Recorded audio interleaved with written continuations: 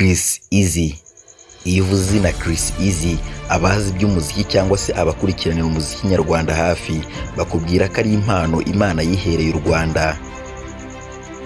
Abazi by'umuziki nyarwanda cyangwa se abakunzi b'umuziki nyarwanda nta muntu n'umwe uhakana ubuhanga uyu muhanzi nyarwanda afite. Uyu ni umwe mu bahanzi bamaze kuzamura idarapo ry'u Rwanda bakarimanika ku ruhando mpuzamahanga mu gihe kingana n'umwaka n'igice ari gukora umuziki w'u Rwanda nk'uwabigize umwuga. Chris Eazy akubutse mu gihugu cy'u Burundi aho yagiye gukora indirimbo n'umuhanzi witwa Kiriku. Kuri uyu munsi Chris Eazy yakoze amateka muri BK Arena nk'ibisanzwe, yongera gukora igitaramo cy'agatangaza. Yari muri half time bar mu birori bya basketball biri kubera hariya muri BK Arena. Mbere yuko Chris Eazy ajya mu gihugu cy'u Burundi, dore amagambo yatangaje. Dukomeze ikiganiro. Ati muri East Africa ni ikihe gihugu wumva wabanza gukoramo collaboration? Ninde muhanzi wifuza mwakorana mu by'ukuri muri abo ngabo mu bagabo muri East Africa? Ngiye nzabanza mu Rwanda, aho kandi none ahangaha numva nahita mbanza Melodie. Okay. Itwa Wisdom at Ayo ni amagambo y'umuhanzi witwa Chris Eazy. Chris Eazy kuri uyu munsi tariki 21 z'ukwezi kwa gatanu umwaka wa 2023 yakoreye igitaramo mu nyubako ya BK Arena. Ni igitaramo cyabaye muri half time ya basketball. Ni basket cyangwa se ni bar iri kubera hano mu gihugu cy'u Rwanda. Basket nyafrika iri kubera hano mu gihugu cy'u Rwanda, ikaba iri kubera mu nyubako ya BK Arena. Biba ngombwa ko rero hataramira umuhanzi mu gihe baba bagiye kuruhuka mu gace ka mbere. Umuhanzi wataramye kuri uyu munsi yitwa Chris Eazy, ndetse n'indi mikino yose zaba hari abahanzi bateganyijwe bazaririmba. Ariko kuri uyu munsi kwa 21 ku munsi wo ku cyumweru hari hateganyijwe umuhanzi witwa Chris Eazy. Chris Eazy afatanyije n'ababyinnyi be barimo Jojo Breezy ndetse na General Benda baje gukora live performance yo ku rwego rwo hejuru. Bitewe n'indirimbo zigiye zitandukanye uyu muhanzi yagiye ashyira hanze zigakundwa ku rwego ruri hejuru.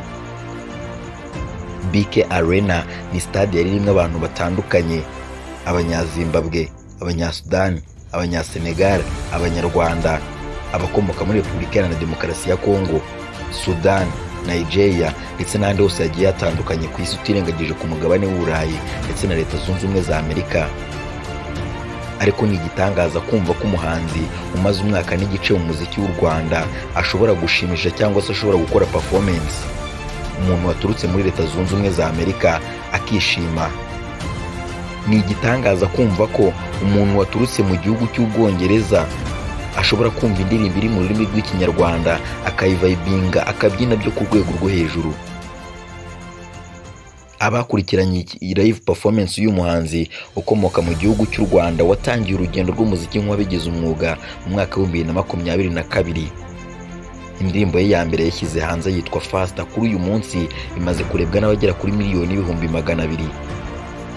Cyari igitangaza kumva ko umuhanzi hano mu gihugu cy'u Rwanda indirimbo ya mbere akoze irebwa n'abantu miliyoni, bakarenga bakagera kuri miliyoni 200,000. Baravuze bati ni amavamuhira, wenda tuzamumenya nakora indirimbo ya kabiri. Chris Eazy yarabatumbiriye arabareba, ubundi ashyira hanze indirimbo ya kabiri yitwa Amashu.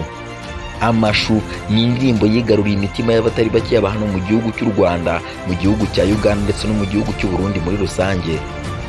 Kuri uyu munsi iyi ndirimbo imaze kurebwa n'abagera kuri miliyoni 3,500,000 ku rubuga rwa YouTube.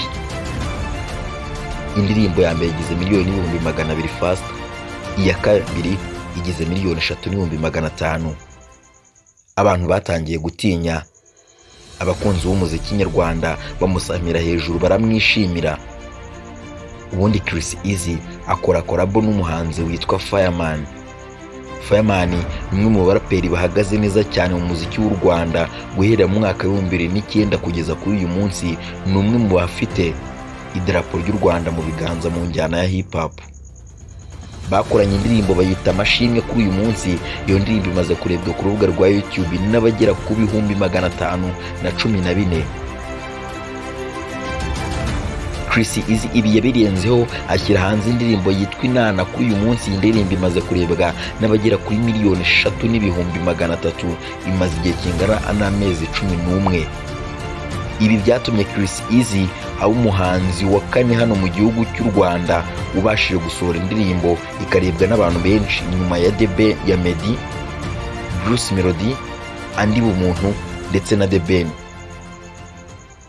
Indirimbo ari yawe ku giti cyawe. Ibi byatumye umuhanzi wa mbere umaze gukora ibi bintu, Meddy, yakoze indirimbo yitwa Slowly imaze kurebwa n'abagera kuri miliyoni 85.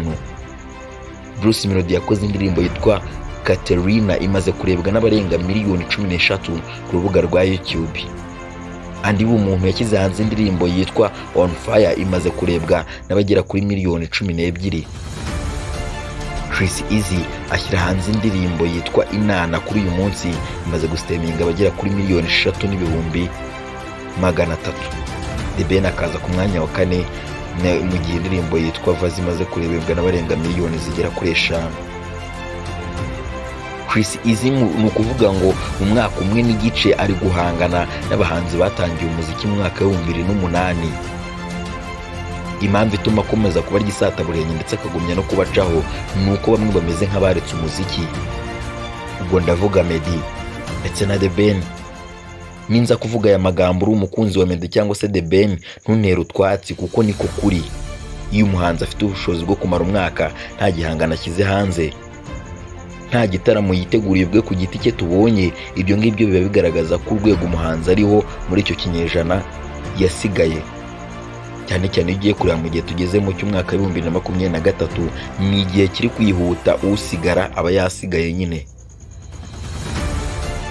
Eazy kuri uyu mugoroba yaje gukora igitaramo cyiza muri alena, aza gushimisha abakunzi be byo ku rwego rwo hejuru. Buri muntu wese waje gukurikirana n'uwo muhanzi kuri stage yaje kwishima, ndetse by'umwihariko indirimbo yitwa Inana ni indirimbo n'ubundi nyine ikomeje kugaragaza ko miliyoni 3 z'abantu bayirebye izikwiye. Eazy ubwo yajyaga kwerekeza mu gihugu cy'u Burundi yabajijwe ikibazo na Alena ufite igitangazamakuru gikorera online ku rubuga rwa YouTube cyitwa Empire.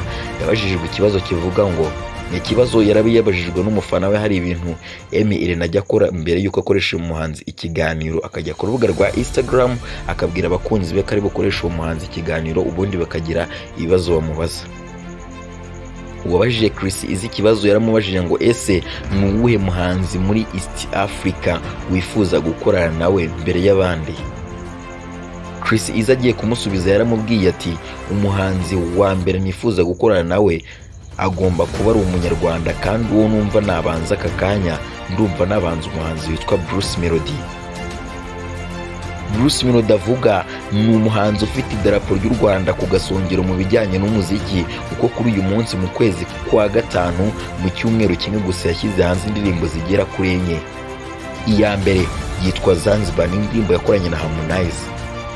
Konjo Remix featuring John Froga, Nguwenze featuring Paraso, Lost in Love featuring Singa wo muri Nigeria ndetse na DJ7. Loki niwe kuri uyu munsi wivugiye ati umuntu wese wanga Bruce Melodie azicwa n'agahinda, arababaje.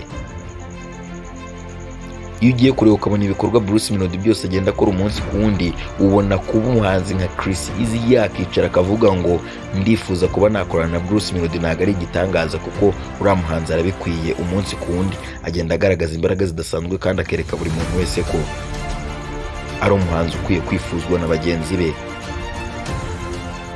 Eazy abifashijwemo na Bob Pro uri gutegura album y'agatangaza. Bob Pro yafashe umuhanzi witwa Eazy amuhuza n'umuhanzi witwa Bruce Melodie, bakorana indirimbo nziza, n'indirimbo izasohoka kuri album ya Bob Pro. Eazy amaze kubona ko collabo ya Bruce Melodie ibonetse, yese afata rutemikirere yerekeza mu gihugu cy'u Burundi, ajya gukora indirimbo n'umuhanzi umaze kwamara hano mu gihugu cy'u Rwanda bitewe n'indirimbo Inzoga ni Baby yakoranye na Bruce Melodie, ndetse n'izindi zigiye zitandukanye. Uyu muhanzi yitwa Kiriku Akili. Kiriku ni umwe mu bahanzi bamaze kwigarurira imitima y'abatari bake hano mu gihugu cy'u Rwanda bitewe n'uburyo arapamo mu buryo budasanzwe. Kiriku abenshi bamukunze mu ndirimbo yitwa Ibisusu yakoranye na Double J Once Again, ari nawe bahuriye mu ndirimbo Inzoga ni Baby bakoranye na Bruce Melodie.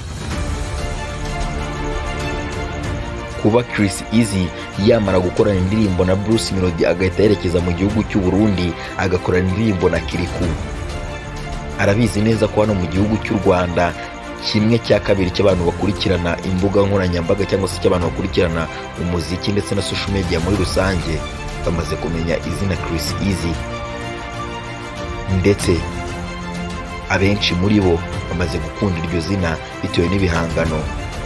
Udakunda umuhanzi Eazy umwana we aramukunda, udakunda umuhanzi Eazy sheri we cyangwa se umukunzi we aramukunda, udakunda umuhanzi Eazy mama we aramukunda. Biragoye ko uyu muhanzi watandukana nawe bitewe n'ibikorwa agenda akora umunsi ku wundi, danse ziba ziri mu ndirimbo ze ndetse n'ibindi bikorwa bigiye bitandukanye.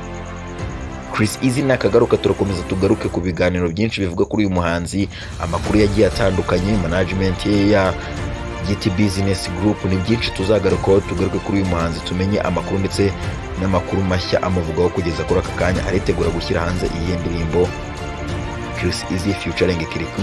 Olivier Fernandez, les amis, see you.